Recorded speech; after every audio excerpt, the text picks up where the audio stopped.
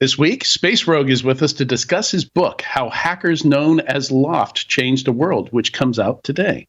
Then Pablo Zurro is with us from Forta's Core Security to talk about pen testing and red teaming. Finally, Dr. Inka Karppinen from CybSafe joins us to talk BS, behavioral science, that is. That's right, 3 interviews today on this episode of Enterprise Security Weekly. This is a Security Weekly production for security professionals by security professionals. Please visit securityweekly.com/subscribe to subscribe to all the shows on our network.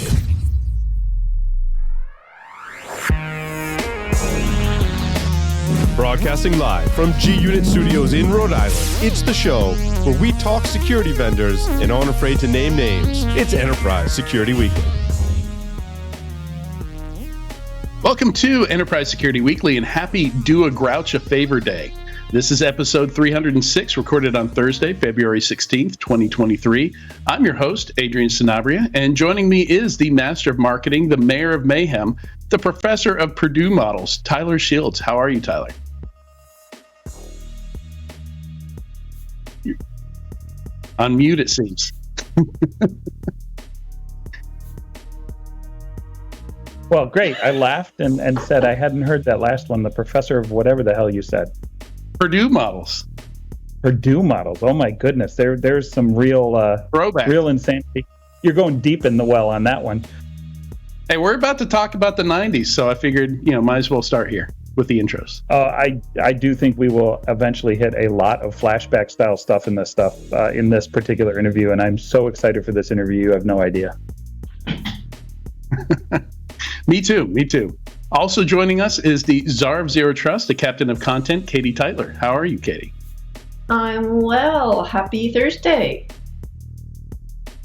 Happy Thursday to you. And you do a grouch a favor every day. You own a cat. I do. He's taking a bath right now. My dog's snoring in the corner. It's just a veritable zoo over here. Also joining us is the Baron of Bloodhound, the Pirate King of PowerShell, Sean Metcalf. How are you, Sean? Doing good, Adrian. Looking forward to getting into spring so that we can get away from this winter thing that apparently the rodent up north in Pennsylvania decided that was going to continue for several more weeks. Yeah, everybody's getting different stuff. We've got spring.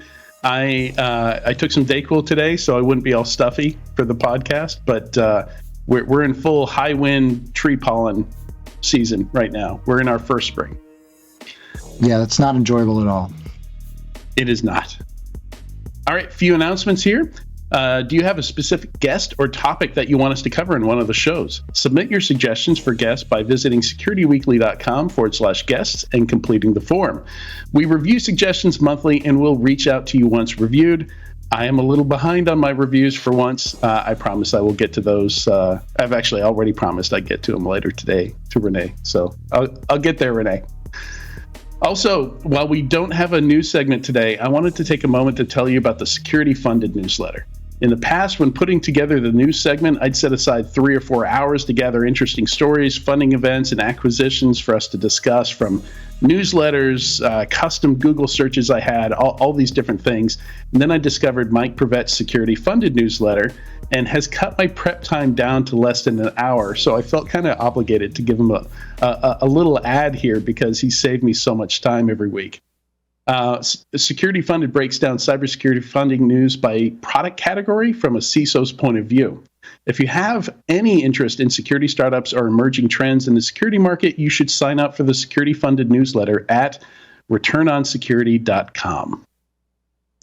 All right, with that, we're talking to Space Rogue today about his memoirs, How the Hackers Known as Loft Changed the World, which is available right now. You can go to securityweekly.com/Space Rogue to get some links to where you can buy both the digital and the physical version of that book. And Space is probably best known as a member of L0pht Heavy Industries, but he also created the popular websites Whacked Mac Archives and Cyber Squirrel 1. He also produced the weekly Spider Labs radio podcast, which I used to listen to every episode of, and the weekly news video program, the Hacker News Network, which was a little early for me. I guess I think I missed the original version of those, and they came back, and I watched some of those. But he currently works as the global policy and special initiatives lead for IBM's X-Force. Welcome, Space. Welcome. Thank you very much. Happy to be here. Yeah, so, I guess the natural first question is, who and what drove you to write this book? Was there anybody cracking the whip behind you here, or was this something that you had been attempting over the years and just pushing yourself to eventually do? How did this come about? The book, there's been attempts to write the book. Several people have tried to write the Loft story, as it were, for a long time. And we've had some well-named authors come to us and say, hey, I want to write the Loft book. And we're like, okay. And they start doing the interviews and trying to do the research and realize that it's a huge, huge story and it's a big undertaking. And so those efforts never really panned out. And I guess maybe 5 years ago, I was like, you know what, I'm going to do it. I'm just going to write what I know and what I remember and try to put that down. And I realized that's a huge, huge undertaking. But somehow, at some point, August or so of 2019, I realized, you know what, I'm just going to start writing. And I did. And I made an outline. I filled in the outline. And before I know it, I had 70, 80,000 words. And then I polished it up a little bit. And I had a book. And kind of how it happened. And then that was it. You were done. It was published, right? No, the publishing story is a whole nother mess. At first I tried to get go through the traditional route and get an agent, which means you send out query letters and they read your letter. And if they like your book or your idea, they say, hey, I'll represent you. And then they try to sell you to a publisher. And I had 3 or 4 agents come to me and say, hey, this is a great story. I really like it. I really want to get behind this project, but I don't think it works as a memoir. In fact, I think it would be better if we rewrote it and did the full nonfiction treatment and got some interviews done and did the footnotes and all that other stuff. And I'm like, I've written this as a memoir. It's kind of my story. If we try to change it, I don't really have the time and bandwidth to do all that. So after 3 or 4 episodes like that, I was like, I'm just gonna do it myself. And so I hired a developmental editor, hired a copy editor. Got some beta readers, got somebody to design the book, put this all together and published it. And so now it's available on Amazon and Barnes & Noble and Apple Books and anywhere else that your local corner bookstore will be able to order it as well. So. Awesome. And, I guess my next question is just kind of the size and the shape of the book and the story. What made it into the book? What's the general, where does it begin? Where does it end? And what I imagine when putting something like this together, even with the size of a book, you still have to make some choices as to what to include and what not to include in the book. So what made it in? What didn't make it in? And what's as for the size, it's about 6 inches by 9 inches. Standard. It's a rectangle. It's a rectangle shape. It's a rectangle. It's 361 pages, I think. 349 in the hardcover version. As for what's in the book, it is a memoir. So it starts out at the beginning, where I grew up in Maine and what technology I had available to me and how I sort of made the journey from rural backwoods dirt farming Maine to cybersecurity and how that evolved and the path that I took to get there. Detoured in the U.S. Army, went to Boston University for school, had to leave BU because I ran out of money really quick because it's an expensive school. But because of that, I was able to fall in with a bunch of folks who were calling bulletin board systems at the time, the old BBSs on dial-up phone networks. And we created the Loft, where I was asked to join the Loft. And the Loft started looking at security vulnerabilities and posting those things on our website.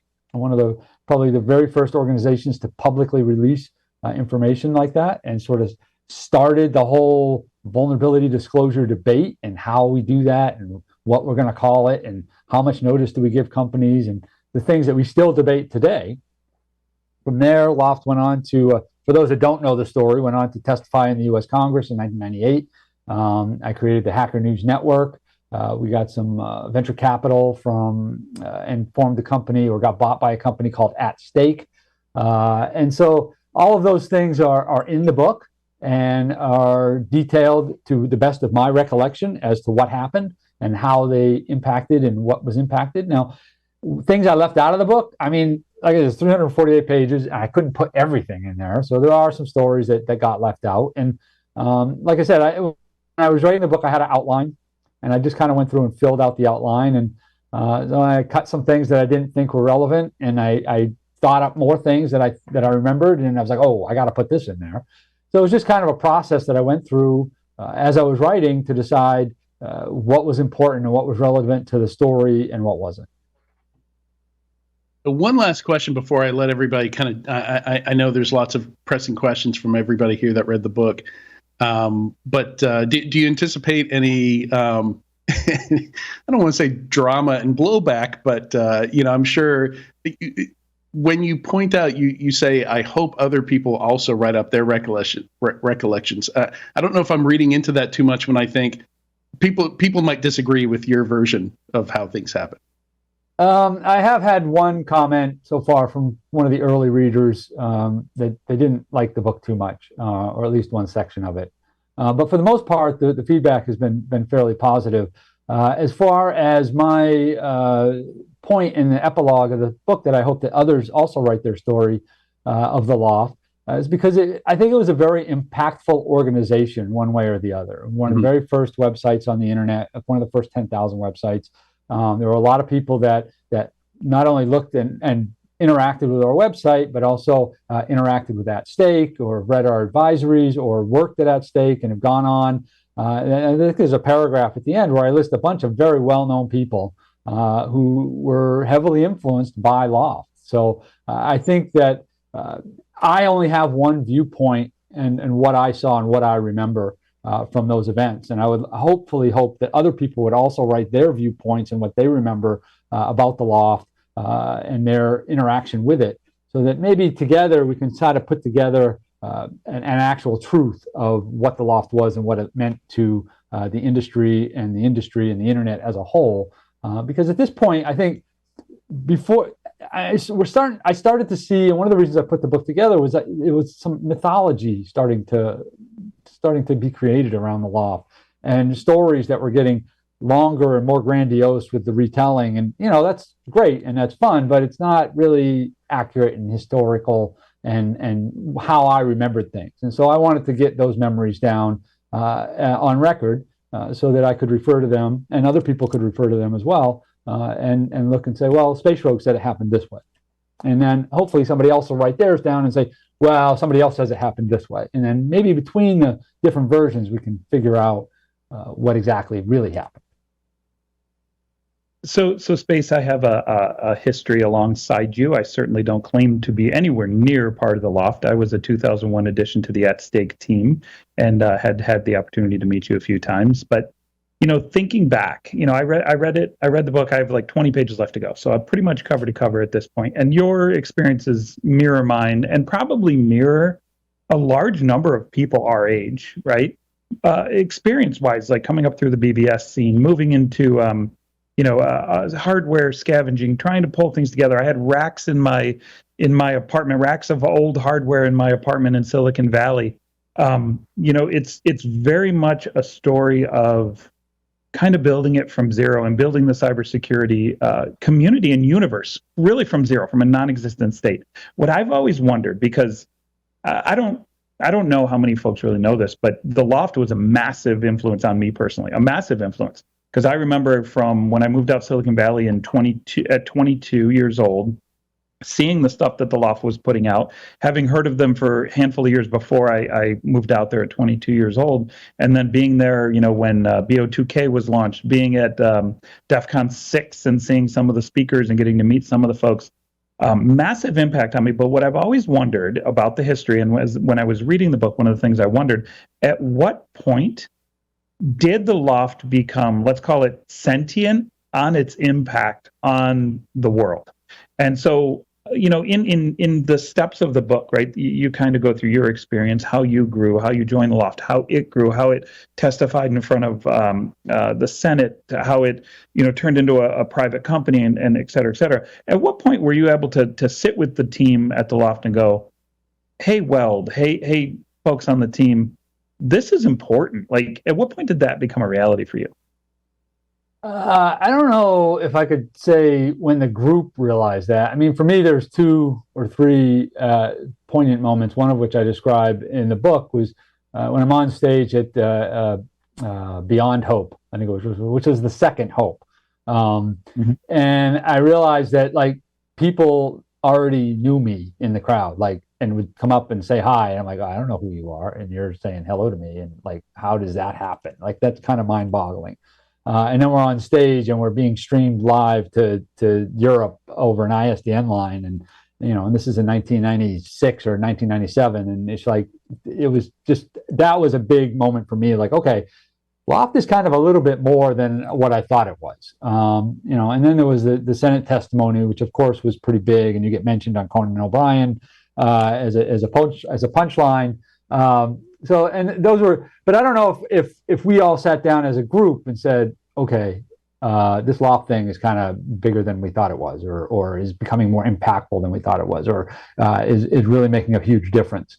It was kind of because it was a slow evolution over 7, 8, 9 years, and it just sort of kind of grew on itself and started to snowball and move along, and we just kind of moved along with it. And so I don't know if there was any light bulb moment for the group. I had a couple of small ones individually, but I don't. But as the group, I don't know. We'd have to get everybody together in a room and decide that. Yeah, I mean, as a consciousness, it's kind of tough to know, right? And you kind of can't know in the moment, right? And in some ways, people would ask me the same thing, like, "Oh, you're part of Stake, like that was a thing, right? That does have its own gravitas. Certainly not as much, I don't think, as the Loft, as far as a broader impact." But it still held gravitas for a while. Sadly, as we get older, those things tend to fade away. But you never know it in the moment. It's very hard to kind of recognize that this is having a massive impact. Because I think if we could notice it, we may not make the same risky decisions, right?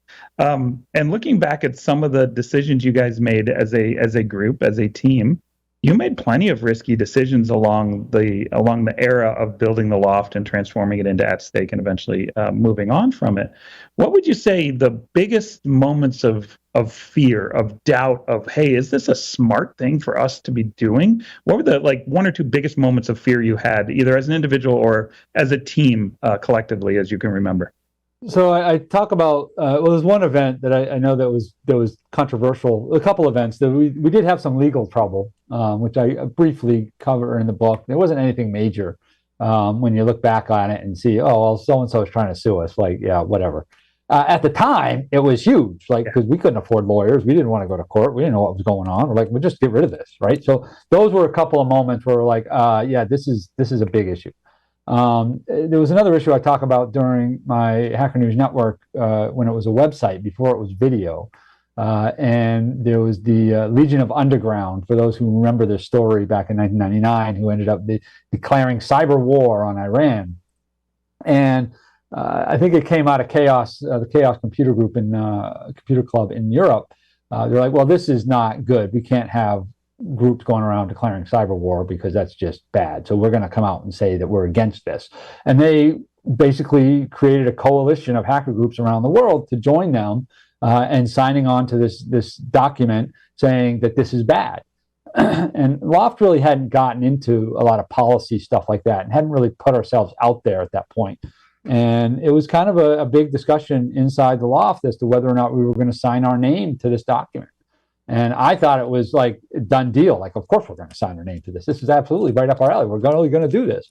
But when I put this to everybody else in the group, there was a lot of hesitation about getting involved in that sort of thing. And so thankfully, eventually, we were able to come to an agreement to add our name to it, because I thought that if we didn't add our name to it, that it would have looked really bad for us not to be a part of it. And I still think that. So I'm very glad that we ended up signing that document and denouncing the cyber war of 1999 of Legion of Underground against Iran and Iraq. But if you look at that now, it seems very naive to think that that had any impact or difference at all when you have major nations launching cyber wars against each other, known and unknown, right? The recent revelations coming out of Israel today.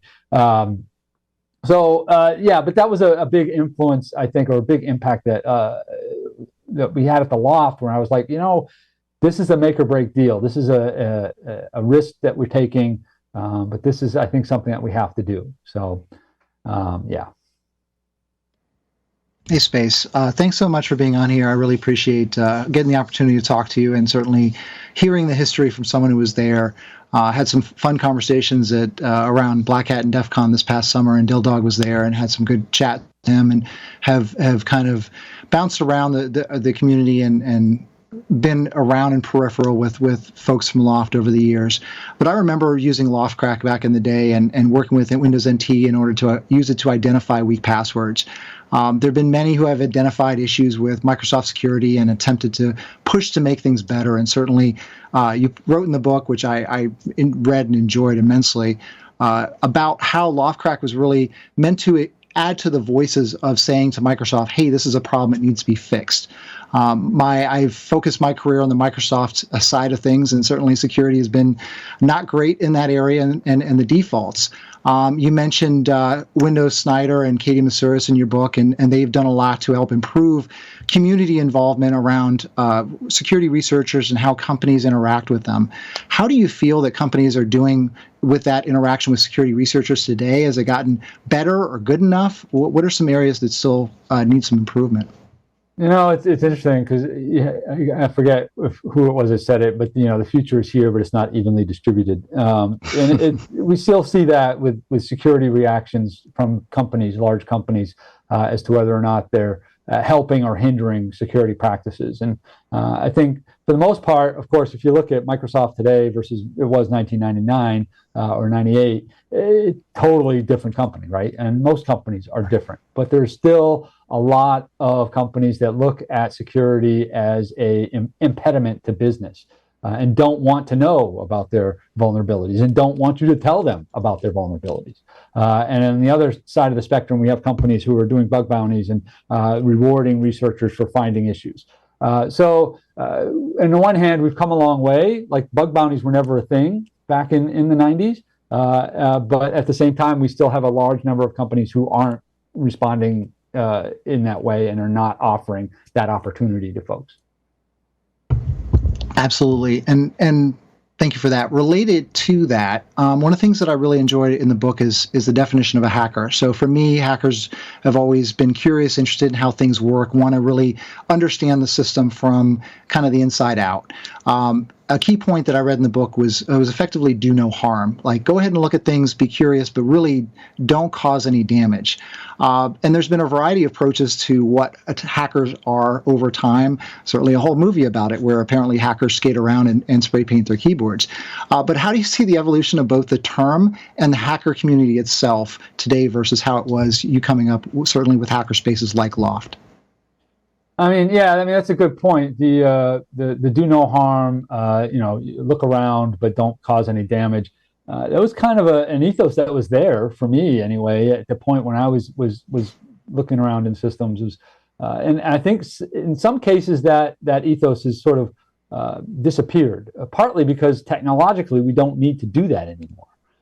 If you wanted to learn various operating systems or large systems, multi-user systems, you kind of had to do that out of necessity. Like there was no other option.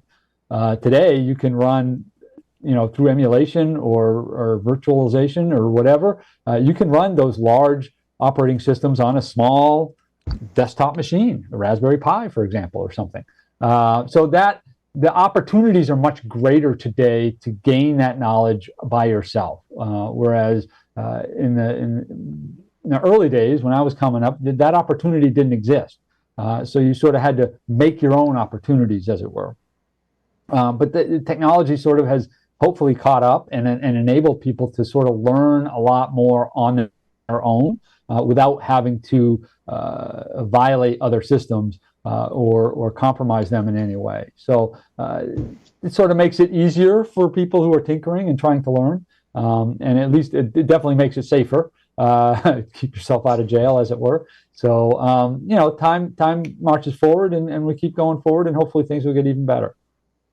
Absolutely. And from my perspective, I mean, things were a lot more amorphous back there. It wasn't as clear as what system you were on and who or where you were interacting, who you might be interacting with. I remember when I got my first modem in the 90s, connecting into a system, dialing in, and then going from there and telnetting into another system where I could create an account for myself on the system and then just kind of poke around and then connect to another system and look somewhere else. So all this kind of thought of looking at things to see what's there, I think kind of there's this pivot into the cloud. I feel like we're kind of in a similar type situation there, which is another question I have for in a few minutes. But one of the themes in the book that was clear to me while reading it was your interest in the level of tinkering, from making a flashlight, in your youth, to figuring out how to repair Macs at CompUSA, to building and rebuilding several computer types, including Macs. And to me, that's kind of the essence of hacking. What other personality traits or interests do you think are important for people who are working to help improve computer security or even getting into the field? I mean, you mentioned two of the biggest ones, I guess, tinkering and curiosity. What does this do? Oh, let me push the button and find out. What happens if I type this command? What happens if I do that? Let's just check it and see. That kind of goes along with having your own systems to do these sorts of things on, so that if you cause damage or something crashes or there's some service is borked or whatever, you can just turn it off, turn it back on again. And so we can do that today. It was difficult to do that before. You mentioned the tinkering. I don't know if you can see behind me, I have my workbench right back here with my solder and iron, my little tinkering projects that I'm tinkering on, which these days mostly involves repairing my kids' toys. But still, it's fun. I break out the old soldering iron and trying to or redo some firmware or something. And so I still keep my hands in stuff now and still try to tinker and keep that curiosity edge sharp. But those are some of the key traits I think that are needed. And so I deal with our interns at IBM a lot, and most of them are still in college and they're taking standard security classes, and some of them come in with a very strong curiosity, desire to tinker with stuff, and some of them don't, but they're very good at the classes that they have. And so part of the thing that we try to do during our internship is sort of teach them how to be curious and realize and let them know that, if you just try something and it breaks, it's not a big deal. Like, that's how you're going to learn. So please try to break this. And so it's very interesting to see them progress through the summer, through the internship, and watch them become curiouser and curiouser over the summer till we basically graduate them at the end of the year and send them back to school. So hopefully to be better security professionals than when they arrived with us. Yeah, and so I mentioned the cloud a little while ago and how, looking at the cloud today, kind of comparing it to the early days of the internet where you would modem into something, then you would then telnet somewhere else. And whereas before we were using telnet apps, now we're using a web browser, and pretty much everything is done from the web browser. So I kind of see the evolution of computers and computing as effectively waves, from mainframes to modems and BBSs, and then we get the internet with the web layered on top of that. And the next wave that we see after that, or as I see it, are companies connecting to the internet and the challenges with that. So now we've invited attackers effectively into our environment because firewalls aren't doing it, controlling that. And then leveraging the internet as part of the business and incorporating that. We're likely in the cloud wave now, with the next one very possibly probably being AI. How do you see this evolution? Where do you see things going? I kind of looked at the evolution to cloud as return to client server, right? Return to the mainframe, where you have multiple users using the same resources. Is one way to look at it. I don't know if the next wave is AI or not. I haven't really seen anything yet that I would call intelligent, artificial or otherwise, in that area. There's a couple of years ago, everybody thought the next wave was going to be blockchain. Well, that kind of imploded. I don't know if machine learning, which is probably a better accurate description of what we're seeing today than artificial intelligence. I don't know if that's the next wave or not, but it's definitely an exciting wave. Definitely some stuff that's good to tinker with. We see a lot of people tinkering with the current clients that are available publicly at the moment. And I have to wonder, when I see the output of some of these clients, I'm like, well, if that's what they're making public, what do they have behind the curtain that's not public? Like, how much more advanced are they? And that's something that I always think about, like, well, okay, this is what's out today that I can access. What kind of stuff is out there that they're accessing on the workbench, and what are they thinking about for the next thing? And so technology marches forward. It's very exciting, and I don't know what the next wave is going to be. Maybe it is going to be whatever this AI thing is that they're calling AI. Maybe it'll be something else. The quantum computing and whatnot. It's hard to know, but it's I'm looking forward to it. So I'm glad that you talked a little bit about your background and it set the stage. And as Sean alluded to, you mentioned in the very beginning of the book that tinkering and curiosity are huge parts of becoming a hacker. But you also alluded to this hierarchy or this almost class system that existed back then. And I think there's still a little bit of that. Personally, I'm not very technical. And I still get that sense in certain groups, certainly not all of them. There are amazing people in security as well, but there are certain people in security who have this idea of an elite group. But when we're talking about cybersecurity now versus 20, 30 years ago, the industry is completely different. So you said, hey, I'm sorry for all I did back then, but what is your opinion now of how things work? How should things work? What kinds of people should be getting into security? How can we encourage this as a growing field? Because it is. It's very, very different and very, very in demand now. So I think, back in the day, as it were, there was a lot of gatekeeping and a lot of people trying to keep other people out and not sharing as widely as they could have, to put it lightly. And today, you say things have changed a lot in the 20, 30 years, and they have changed, but we have the same people in the industry that we had then. And some of those issues are still there. Some of that gatekeeping is still there. So how do we change that? How do we move forward and make things more accessible to everyone? And I think by looking for underrepresented groups and actively attempting to encourage them to get involved, we will widen our pool of talent and knowledge that we have available to us. And that can only help everybody, right?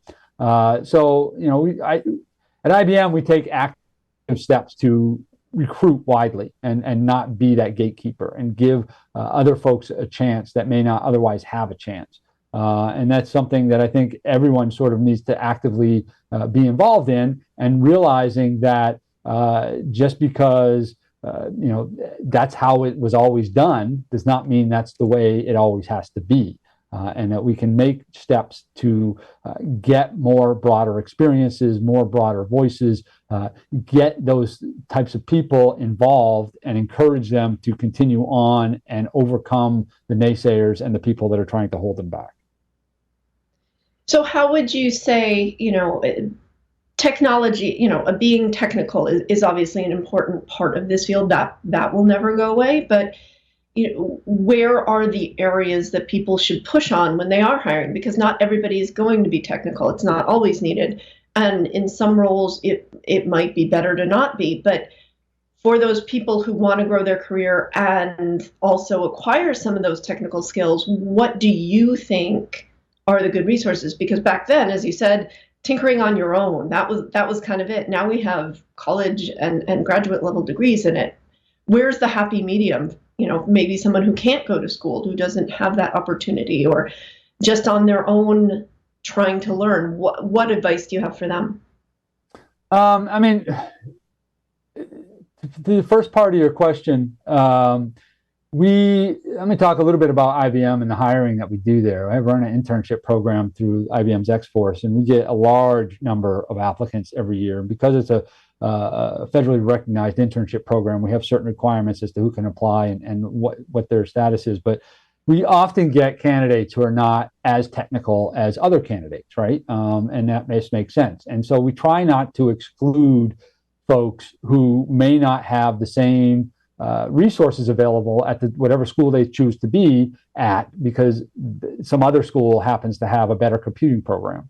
So when we do our interviews and we ask people questions, we design the questions in such a way that those who have the technical skills can shine in the technical aspects. But for those that don't have the technical skills, they can still shine in the interview and answer the question appropriately by basically the question is designed to explore how a person thinks as opposed to what they know, right? So, if you can tell me, what TCP port 22 is, great.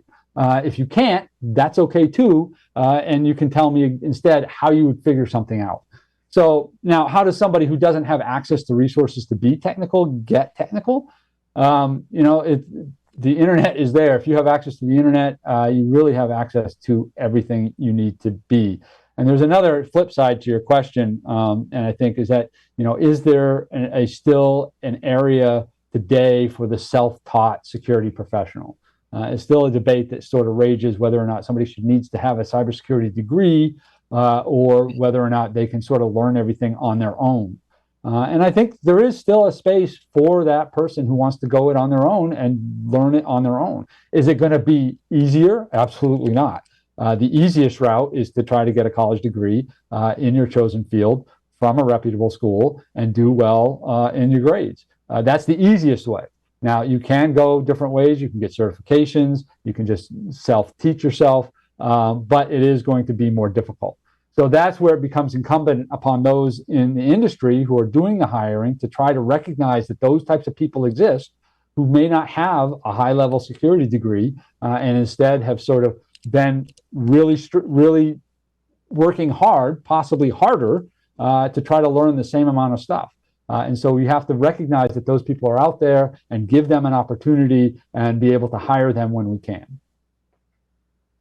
Thank you. So kind of building off that question, do you see a loft-shaped hole in the industry today? Obviously we've got community stuff, we've got local DEF CON groups, there's Discords all over the place. Certainly, I think there's a lot of collectives that are more tied together, and disparate, all over the place, than folks who are locally who go to like a, but we've got both. We've got people spread out over multiple time zones in countries that work together on stuff, and we've got folks who, effectively have like a maker space, and hang out in person a lot. But have we lost anything though? Do you see that kind of loft-shaped hole anywhere? Is the communities that we have now, less effective? Maybe not. A lot of it's driven after getting people a job in the industry, right? Whereas that wasn't necessarily the Loft's goal, right? It was to figure things out. It was to find solutions to problems, to find the problems in the first place. Is there something that's been? I think, there was no industry, right, when the Loft was around trying to do this sort of thing. So there was no push for Loft to try to get people into the industry because the industry did not exist. Is there a Loft size hole today? I don't think there's a hole. I think that things are more distributed, more flatter, more wider. You listed off a whole bunch of different things that are going on with Discords and Slacks and you got B-sides events everywhere. So I think there's definitely opportunities available for folks. It's just not in a one-stop shop. Like you can't just go to the Loft website and down a bunch of files and learn a bunch of stuff. You kind of got to go around and poke where you're at. Also, there's a lot more stuff to learn, right?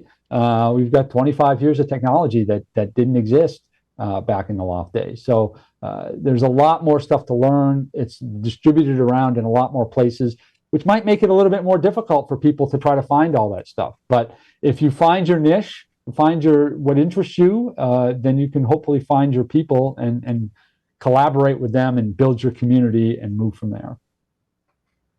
And then building on that, did the Loft back in the day do much collaboration with other groups, or were groups mostly siloed? Was it seen as competition, or were there any research projects where like you guys at the CDC or some other groups put your heads together and stuff? There was not a lot of. It was not siloed as you would think, as what you're saying. It also wasn't really a very collaborative space. There was cross-pollination, right? Some of the Loft members were members of Cult of the Dead Cow, but there were also memberships in RDT, I think we had a woo-woo member. There may have been a root member or two. So there was a lot of cross-pollination. I don't remember specifically any collaborative efforts of various things other than the signatory of the letter denouncing the LOU cyber war. But other than that, I don't remember a lot of projects where one group would work together with another group. And that may have been a limitation of the technology at the time. I don't know. Loft was a physical group where we had a physical space and we physically got together every week. A lot of other groups were virtual and only existed online. So that may have been a little bit of a difference there between the things. But and I worked with outside people individually. I had a lot of work that I did with attrition.org and Jericho and some other groups. And I'm sure other members of the Loft had their thing that they did and things that they worked on, which is, again, another reason why I'm hoping that other folks write their own books so that we can learn more of these stories. I know, and I'm going to go off on a tangent from your question here, after I think Tan read the book and Weld read the book and Kingpin read the book, and they get back to me like, I didn't know that happened. And they were there in the room with me, and they don't remember that happening. So I'm sure that they have similar stories that they remember or very events that were very poignant to them and that I have no recollection or was not involved in at all. So I've kind of deviated from your question, but yeah. No, it's good. Yeah, Tyler, go ahead. Yeah, hey, Space, as we bump up against the end of our time here on this conversation, I have one additional question. I feel like, because like I said, I've been in the same era as you. I feel like time is killing a lot of our learnings from back in the day. And now a lot of the, technology's documented, things like that. But, you and I came up the same way. We hacked for learning and knowledge. We built an industry. We built a discipline that didn't exist before we and many others, but we got into it. And, as time progresses, less and less people know the history of those that came before them. What can we do? You're writing a book, which is a great example of it, but what could we do besides writing an awesome book to ensure that the learnings of our era don't fade away with us? And I don't just mean the technical learnings, but the relationship learnings, the knowledge learnings, the things that you really do outline in the book. Yeah, it's a good question. I mean, writing books is one way, and I think there's a certain permanence to a book and putting things down on actual physical paper as opposed to a blog post or something. And I would encourage more people who were around in that time frame or who had involvement in specific events to record their memories and thoughts down on in a book. But I know there are other efforts to try to preserve some of that legacy, if you will. Jack Daniel at one point was working on the Shoulders of InfoSec project. I don't know if he's passed that off onto someone else or not, but he was basically attempting to document the giants of our industry who came before us and the shoulders that we stood on to try to get to the point that we were at. So hopefully that effort is continuing. And hopefully, and I know there's a lot of data preservation going on. Jason Scott is one of the people that I know that are actively doing this and trying to save all the bits and bytes that are out there and before they get deleted and lost and gone forever. I mean, I have my own data hoard, which will hopefully get uploaded to the Internet Archive at some point, including this book, as sort of saving it for posterity, if you will. And I encourage others to try to save their data and find some way to get it out to the masses and share it so that it's available and that the history isn't lost. It was one of the reasons why I wrote the book, is because I kind of thought the history was kind of getting away from us and we were collectively forgetting it. Unfortunately, I only know a very small part of the overall history. And so that's what I wrote. Yeah, no, and I thank you for that. Like, I think it's very, very important. It's one of the reasons why I reached out when I heard you were putting a book out. I was like, I gotta get space on the show for sure. It's funny. One of the key things that everybody always throws back to is the Loft testimony, which we have a picture of. I think a group of you right before the Loft testimony. Yep. Is Yep. This picture ring a bell? Yep, that was the morning of the testimony outside the Phoenix Hotel in Washington D.C. And we had I think the doorman took the picture, and we all had our suits on, which was, I think I mentioned this in the book, was kind of a bone of contention as to what we were going to wear. And I'm like, we're going to the U.S. Capitol, we're wearing damn suits. And so we all had to go to the Men's Warehouse and buy a suit because I don't think we all owned one. So yeah, that was a picture that was taken that morning on our way to the Capitol right before we testified. Yeah, that's such a classic photo. I've seen it a million times. I've been privy to see it a handful of times. But I want to thank you for coming on the show. And it's funny that's what everybody always refers to as that moment in time when you testified in front of Congress. But there's so much more meat to this story that I definitely recommend everybody go out and buy this book. It really is a great read. I want to kick it back to Adrian to wrap up this episode. But Space, I want to personally thank you for coming on and getting into some of the meat of that history. I love being on this show. Adrian, over to you. Yeah, no, this has been a lot of fun. If you could only see our back channel in our Slack, literally 1,000 questions hit the cutting room floor for this. So yeah, we'll have to have you back on again to chat. Like I'd love to just chat CompUSA because you had similar experience. Yeah. Oh yeah. CompUSA. I love that job. Coincidentally, the only job where people yelled "Yo, Adrian" at me with free. Never an issue at any other job. Only CompUSA did that. But unfortunately, that's all we've got time for today. Thank you so much, Space, for coming on and sharing your stories with us. Thank you for having me. Books available today at all your major resellers. Yeah, if we could throw up that book image. Again, you can go to securityweekly.com/Space Rogue, which will redirect to the page that Space has collecting all the different places you can buy both the ebook and the physical book. All right, stay tuned. When we come back, we're going to talk pen testing and red teaming with Pablo Zurro from Fortress Core Security.